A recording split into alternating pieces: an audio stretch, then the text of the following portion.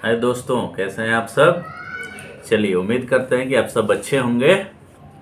और चलिए आज एक नए टर्म या कह सकते हैं एक नए कॉन्सेप्ट को हम लोग समझने का प्रयास करते हैं, जानने का प्रयास करते हैं, जो काफ़ी चर्चा में है आजकल। खास करके कोविड-19 के बाद कहिए, या आप ऐसे भी कह सकते हैं कि जो रशिया यूक्रेन वॉर हो रहा है, या आप कहें कि इजराइल और जो हमास के बीच अभी जो चल रहा है पिछले अक्टूबर 2023 से, उस कंटेक्स्ट में, या ऐसा भी नहीं है कि ये नया टर्मिनोलॉजी है या नया कंसेप्ट है। ये कंसेप्ट काफ़ी पुराना है। इसके बारे में मार्क्स ने भी चर्चा की है, लेनिन ने भी चर्चा की है, काफ़ी लोगों ने इसके बारे में चर्चा की। और ख़ास करके ये टर्म जो फर्स्ट वर्ल्ड वॉर हुआ और सेकंड वर्ल्ड वॉर हुआ, उस समय बहुत ही चर्चा में आया था। कोल्ड वॉर के समय में भी ये चर्चा का विषय था कि क्या होता है ये टर्म। यस, उस टर्म का नाम है वार इकोनॉमी। युद्ध के समय जो अर्थशास्त्र होता है, युद्धकालीन अर्थशास्त्र आप कह सकते हैं, वॉर इकोनॉमी जो कहते हैं, वो क्या होता है, इसे समझने का प्रयास करें। कुछ एक्सपर्ट, इंटरनेशनल अफेयर्स के एक्सपर्ट कर रहे हैं कि आज जो इकोनॉमी है बहुत सारे कंट्रीज के, खास करके United States of America, Russia, Israel, इन सब की इकोनॉमी जो है वॉर इकोनॉमी के रूप में तब्दील हो गई है। क्या है इसका मतलब? क्या ये कुछ गलत है या सही है,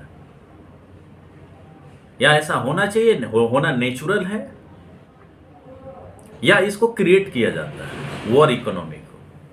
तो इस बात को समझना है। वॉर इकोनॉमी को आप रिलेटिव वे में समझ सकते हैं कि जो वॉर इकोनॉमी होता है, जो सिविलियन इकोनॉमी होता है, उससे अलग होता है। क्या है सिविलियन इकोनॉमी? सिविलियन इकोनॉमी वो होता है जो कॉमन ऑर्डिनरी सिटीजन्स के सवालों से या उनके जीवन से संबंधित होता है, आए दिन की जरूरतों को मैनेज करता है। उनकी जिंदगी कैसे चल रही है, उनका आय कितना है, उनके हेल्थ का कॉस्ट क्या है, उसको कैसे दिया जाए, एडुकेशन कैसे मिले उनको, उनका पेट कैसे भरा जाए, अच्छा आवास की सुविधा कैसे दी जाए, रोड इंफ्रास्ट्रक्चर कैसे बनाया जाए, सामान वस्तुएं सस्ती कैसे रहें, सेवाएं कैसे सस्ती रहें, उनका लिविंग स्टैंडर्ड कैसे आगे बढ़े। मतलब वैसा इकोनॉमी जो सिविलियंस के लाइफ से कंसर्न्ड हो, उनके इशू को एड्रेस करे, उसको सिविलियन इकोनॉमी कहते हैं। लेकिन जो वॉर इकोनॉमी हम कहते हैं, वैसे इकोनॉमी को कहते हैं जहां उस देश का सारा रिसोर्सेस, लेबर, मनी, कैपिटल, सारी चीजें वार की तरफ डाइवर्ट कर दी जाए।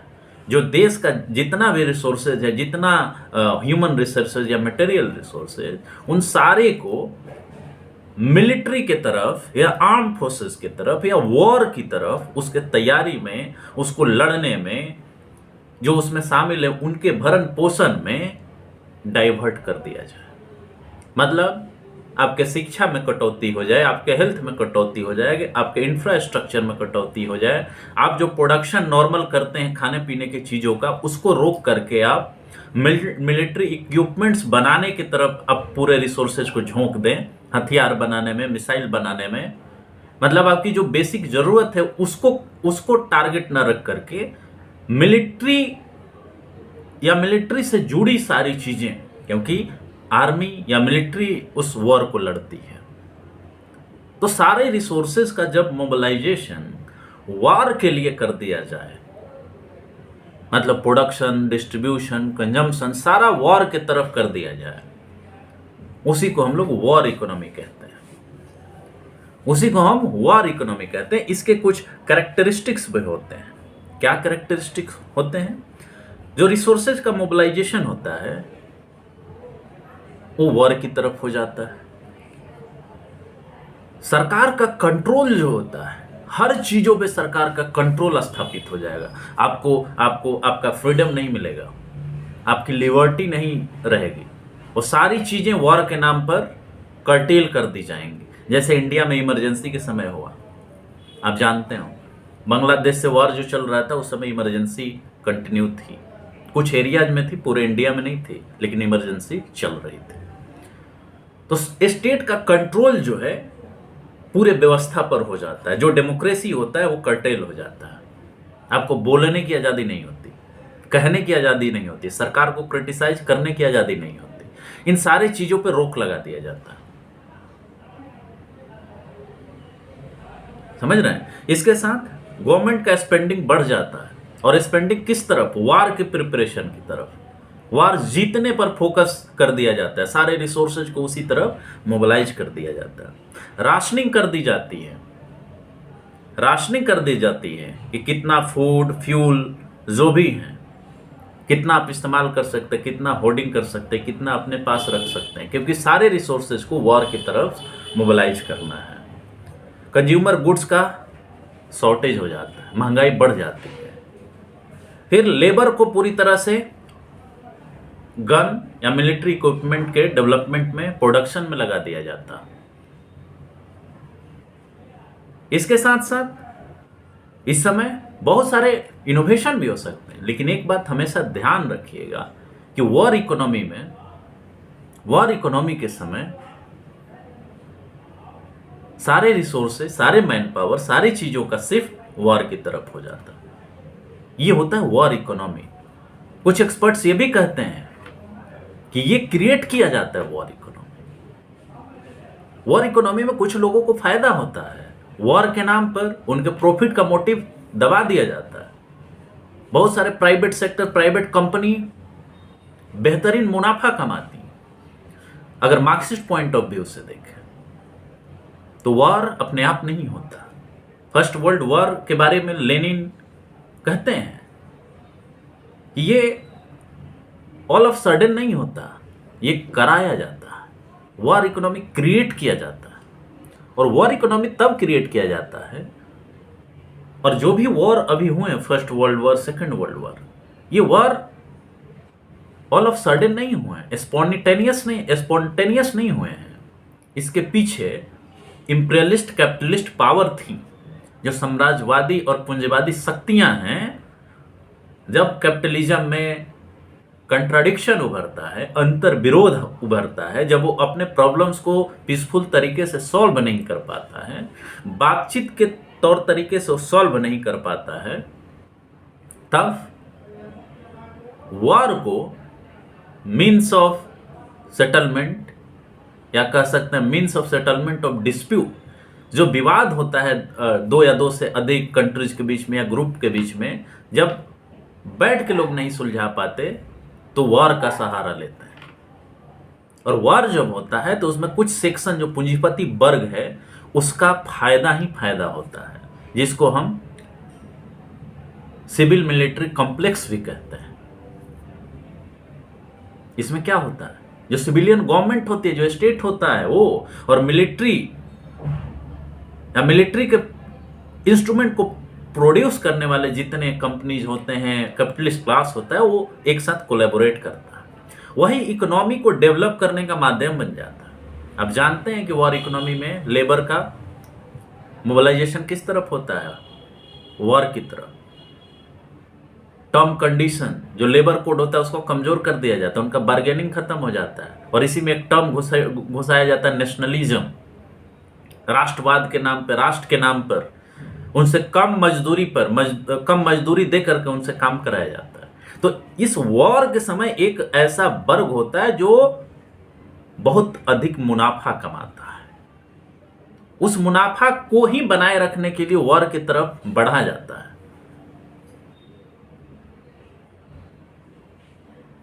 वॉर की तरफ बढ़ा जाता है, और उसमें कुछ लोगों को बहुत अधिक मुनाफा होता है।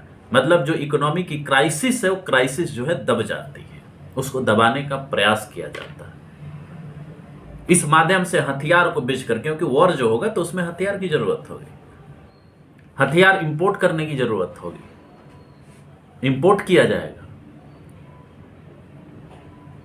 कोई दूसरा कंट्री एक्सपोर्ट करेगा अपने कंडीशन पे, अपने टर्म एंड कंडीशन पे, तो मुनाफा उसे कमाया जाएगा।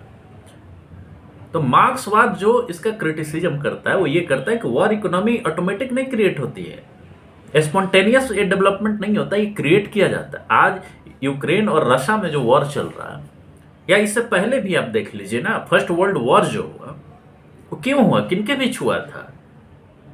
जो उस समय के पावर्स थे, उस समय के जो पावरफुल कंट्री बन रहे थे या डेवलप हो रहे थे, उनके आपस की ये लड़ाई थी। ये लोगों की लड़ाई नहीं थी, ये राजतंत्रों की लड़ाई थी, साम्राज्यवादी कंट्रीज की लड़ाई थी, इंपीरियलिस्ट कंट्री, कॉलोनियल कंट्रीज की ये लड़ाई थी, और ये पैदा किया गया था।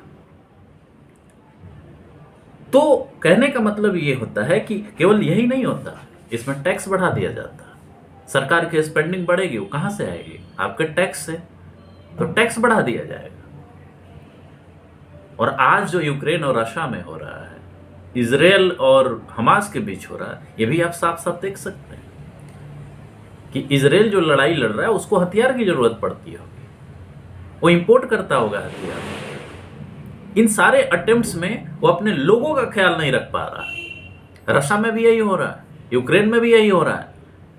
जो आम जनता है, ऑर्डिनरी पीपल है, उनका हालत खराब है, लेकिन और सारे रिसोर्सेज को किस तरफ मोबिलाइज किए हुए हैं? वॉर की तरफ। बड़े बड़े कंट्री जो हथियार के सप्लायर है, वो नहीं चाहते हैं कि युद्ध खत्म। उनका मार्केट बन रहा है, उनके वेपन्स बिक रहे हैं, उनके मिसाइल्स बिक रहे हैं, उनके ड्रोन्स बिक रहे हैं। क्यों वो बंद करना चाहेंगे? और इसमें एक ऐसा कैटेगरी है इंडस्ट्रियलिस्ट का, कैपिटलिस्ट का, जो चाहता है कि वार कंटिन्यू हो, क्योंकि उनका बिजनेस जो है फल फूल रहा है। भले लोगों की जानी जा रही, प्रॉपर्टी नष्ट हो रहे हैं, जिंदगियां खराब हो रही हैं, लेकिन वार इकोनॉमी के माध्यम से ही वो ये दिखाने की कोशिश कर रहे हैं कि हमारा जीडीपी ग्रो कर रहा है, इकोनॉमिक ग्रोथ हो रहा है। इसको इकोनॉमिक ग्रोथ के टर्म में दिखाया जाता है। ये है वार इकोनॉमी। जब सिस्टम में, जब मार्केट इकोनॉमी में एक क्राइसिस आ जाती है, तो वार छेड़े जाते हैं, छिड़वाए जाते हैं, ताकि लोगों को ये नहीं पता चल पाए कि हमारे इकोनॉमिक सिस्टम में क्राइसिस है। ये क्राइसिस कैपिटलिज्म का है, ये क्राइसिस मार्केट इकोनॉमी का है। और इस माध्यम से जो रिसोर्सेज शिक्षा, स्वास्थ्य, रोजगार पे खर्च होने चाहिए, उसको वॉर की तरफ डाइवर्ट कर दिया जाता है। और जनता को कहा जाता है कि राष्ट्रवाद के लिए हम लड़ाई लड़ रहे हैं, अपने राष्ट्र को बचाने की लड़ाई लड़ रहे हैं, हम सुरक्षा के लिए लड़ाई लड़ना है। लेकिन इसके तह में जाकर के समझने की जरूरत है। वॉर इकोनॉमी को जब आप समझने का प्रयास करते हैं, तो इन सारे चीजों को समझते हैं कि आखिर ये युद्ध क्यों छेड़े जाते हैं। ये जनता का तो युद्ध नहीं है, ये जनता का युद्ध नहीं है, लेकिन नाम जनता का दिया जाता है। इसको डिकंस्ट्रक्ट करने की जरूरत है, इसको एनालाइज करने की जरूरत है, इसको एक्सरे करने की जरूरत है, इसे समझने की जरूरत है। और जो मार्क्सिस्ट क्रिटिक हैं, वो ये बात उठाते हैं, बहुत सारे पॉइंट्स मार्क्स, लेनिन, एंगल्स उठाते हैं कैपिटलिज्म एंड वार के बारे में, कि कैसे कैपिटलिज्म जो है वार को क्रिएट करता है, कैसे उसका कंट्राडिक्शन जो रिजॉल्व नहीं होता है तो वॉर का सहारा लेता है, और किस तरह से स्टेट के सारे रिसोर्सेज को एक तरफ डाइवर्ट कर दिया जाता है। लोगों का जीवन अस्त व्यस्त हो जाता है, लोगों का जीवन अस्त व्यस्त हो जाता है, उनके बेसिक जरूरत पूरी नहीं होती। और इस समय जो पूरे राष्ट्र का संसाधन होता है, कुछ लोगों के हाथ में कंसंट्रेट हो जाता है, केंद्रीकृत हो जाता है। समाज में इनइक्वालिटी बढ़ना शुरू हो जाती है। जो means of control, means of production जो हम कहते हैं, वो सारा मीन्स ऑफ प्रोडक्शन, उत्पादन के साधन, इस लड़ाई के नाम पर, इस युद्ध के नाम पर कुछ लोगों के हाथ में केंद्रित हो जाता है। ठीक है, तो कहने का मतलब ये है, इससे आपको समझना है, इस कंसेप्ट से, वॉर इकोनॉमी के कंसेप्ट से आपको यह समझ में आएगा कि कभी भी जो युद्ध की अर्थशास्त्र होती है, उससे लोगों का भला नहीं होता, ऑर्डिनरी लोगों का भला नहीं होता, उनका शोषण होता है, लेबर्स का शोषण होता है। जो रिसोर्सेज है वो एक ही डायरेक्शन में लगा दिया जाएगा, मिलिट्री, आर्म फोर्सेस, हथियार, वेपन्स, इसी बारे में केवल बातें होंगी। राष्ट्र का लोगों का ध्यान केवल युद्ध लड़ने पर कर दिया जाएगा। वो सारी अपनी बेसिक जरूरतें भूल जाएंगे, वो सारी अपने बेसिक जरूरतें भूल जाएंगे। उनके शिक्षा, स्वास्थ्य और रोजगार का सवाल दफन हो जाएगा। लेकिन इससे भी इंपॉर्टेंट चीज ये है, इसलिए किसी सोसाइटी के प्रोस्पेरिटी के लिए, उसकी संपन्नता के लिए, उसके विकास के लिए शांति जरूरी है, वार नहीं। सिविलियन इकोनॉमी का होना जरूरी है, वार इकोनॉमी का नहीं।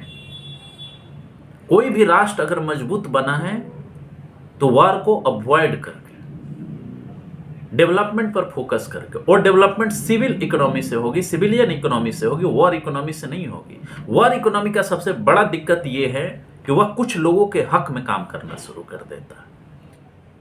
कुछ सरकार के लोग होंगे, ब्यूरोक्रेसी के लोग होंगे जिसको सिविलियंस कहते हैं, और कुछ मिलिट्री के लोग होंगे। और सिविल मिलिट्री कॉम्प्लेक्स का यहां क्या मतलब हुआ?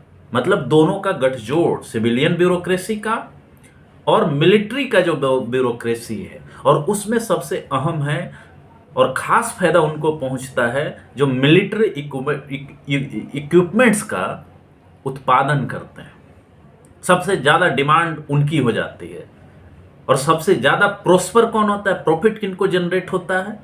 जो मिलिट्री इक्विपमेंट्स के प्रोडक्शन में इन्वॉल्व्ड हैं। बाकी सारे इंडस्ट्रीज, सारे रिसोर्सेज, सारे लेबर, देश का पूरा धन, संसाधन वॉर इकोनॉमी की तरफ डाइवर्ट कर दिया जाता है। तो इससे कुछ लोगों को फायदा होगा, सारे लोगों का फायदा नहीं होगा। और इसी को दिखाया जाएगा कि हमारा इकोनॉमी बूम कर रहा है, हमारी इकोनॉमी में बहुत डिमांड है, हमारे इकोनॉमी का जीडीपी बहुत ग्रो कर रहा है। सुरक्षा के दृष्टि से एक सफिशिएंट लेवल तक आपके पास हथियार होना जरूरी है, लेकिन पूरे रिसोर्सेज को उसी तरफ आप अगर मोबिलाइज कर देते हैं तो जो प्रायोरिटी की चीज़ें हैं, जो प्रायोरिटी की चीज़ें क्या हो सकती हैं? बेसिक नीड को पूरा करना, जो सोसाइटी है, जो सिविलियन पॉपुलेशन है। तो मिलिट्री स्पेंडिंग अगर ज़्यादा बढ़ेगा तो इधर का बजट घटेगा, तो इधर का बजट घटेगा तो आपका शिक्षा, स्वास्थ्य, रोजगार पर का बजट घटेगा। वो क्वालिटी की नहीं मिलेंगी आपका ध्यान केवल वॉर की तरफ होगा, और उसी में एक नया नारा राष्ट्रवाद का जोड़ दिया जाएगा। इसे समझने की जरूरत है। वॉर इकोनॉमी का कंसेप्ट ये बताने की कोशिश करता है कि वॉर क्यों होते हैं, क्यों कराए जाते हैं, क्यों रिसोर्सेज का मोबिलाइजेशन वॉर की तरफ किया जाता। एक तरीका ये भी है इसका, इस वॉर इकोनॉमी के तरीके में ये शामिल है कि लोगों का ध्यान डाइवर्ट कर दिया जाए। जैसे ही इकोनॉमिक क्राइसिस हो, जैसे ही कोई समस्या उत्पन्न हो जिसको सरकार न हैंडल कर पाए, तो तुरंत उसको वॉर की तरफ लेके चला जाए।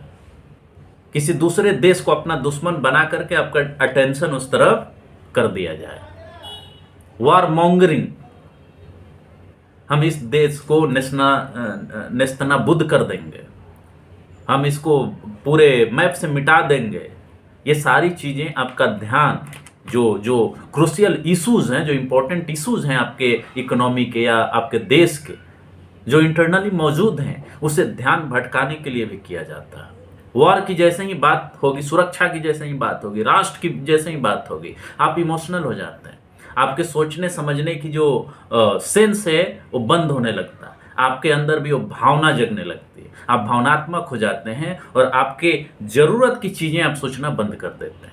आपको ये बताया जाता है कि आप अपने से, व्यक्ति से ऊपर उठकर राष्ट्र के बारे में सोचिए। राष्ट्र के बारे में सोचना गलत नहीं है, राष्ट्र के विकास के बारे में सोचना गलत नहीं है, लेकिन उसका इस्तेमाल करके आपकी जो बेसिक ज़रूरत है, बेसिक जो आपके इश्यूज हैं, उससे अटेंशन डाइवर्ट करके छुपाने वाली जो पॉलिटिक्स है वो खतरनाक है। वॉर इकोनॉमी का कंसेप्ट ये बताता है कि वार ऐसे नहीं होते। वार को एक साधन के रूप में इस्तेमाल किया जाता है पॉलिटिशियंस के द्वारा, ब्यूरोक्रेट्स के द्वारा, जो भी राष्ट्राध्यक्ष हैं उनके द्वारा, पॉलिटिशियंस के द्वारा, ताकि जो आपके देश के अंदर के इकोनॉमी में, सिविलियन इकोनॉमी में जो परेशानियां हैं उसको नहीं दूर कर पाते तो तुरंत वो युद्ध की बात करना शुरू करते हैं। आपको भड़काने की बात करते हैं, आपके इमोशन को भड़काने की बात करते हैं, और इस तरह से आपका ध्यान दूसरी तरफ डाइवर्ट कर देते हैं, पूरे रिसोर्सेज को डाइवर्ट कर देते हैं। उसी नाम पे आपके जो फंडामेंटल राइट्स हैं, ह्यूमन राइट्स हैं, सारे पर बैन लगा दिए जाते हैं, रिस्ट्रिक्शन लगा दिए जाते हैं। आप बोल नहीं सकते, कह नहीं सकते, सवाल नहीं उठा सकते। पूरी सत्ता एक हाथ में या कुछ हाथों में कंसंट्रेट हो जाती है। संविधान पूरी तरह से पंगु हो जाता है, आप पंगु हो जाते हैं। जुडिशरी के यहां आप चैलेंज नहीं कर सकते। आपातकाल के समय आपने देखा है, वो भी एक वॉर लाइक सिचुएशन थी। वॉर नहीं थी, हम ये नहीं कर रहे हैं, लेकिन वॉर लाइक सिचुएशन बना हुआ था। जब इस तरह का कंसंट्रेशन ऑफ पावर होता है, केंद्रीकरण होता है, तो आप जानते हैं कि लोगों का राइट कहां खड़ा होता है। और वॉर इकोनॉमी में ये चीजें होती हैं। आप कोई सवाल नहीं पूछ सकते, आपको जेल में डाल दिया जाएगा। आपने मिलिट्री के गलत फैसले का थोड़ा सा क्रिटिसिज्म किया, किसी राजा का, प्राइम मिनिस्टर का, प्रेसिडेंट का आपने क्रिटिसिज्म किया, आपको अंदर कर दिया जाएगा। तो वॉर इकोनॉमी ये आपको बताता है। तो दोस्तों, उम्मीद करेंगे कि वॉर इकोनॉमी के कंसेप्ट से आप बहुत सारी चीज़ों को समझने का प्रयास करेंगे। यूक्रेन और रशिया के बीच जो हो रहा है उसको समझने का प्रयास करें। क्यों कंटिन्यू रखा जा रहा है उसको, क्यों उसका पीसफुल रिजोल्यूशन नहीं हो रहा है। इसराइल और हमास के बीच जो चल रहा है वो क्यों चल रहा है, क्यों उसे चलाया जा रहा है, उसका नुकसान क्या है, उसे सिविलियन पॉपुलेशन को फायदा क्या हो रहा है, वर्ल्ड इकोनॉमी पर क्या इसका असर पड़ रहा है, सप्लाई चेन पर क्या इसका असर पड़ रहा है। तो ये सब चीज़ों को आप समझने का प्रयास करेंगे। इसी के साथ इस बातचीत को यहीं ख़त्म करते हैं। नमस्कार, धन्यवाद, जय हिंद, जय भारत।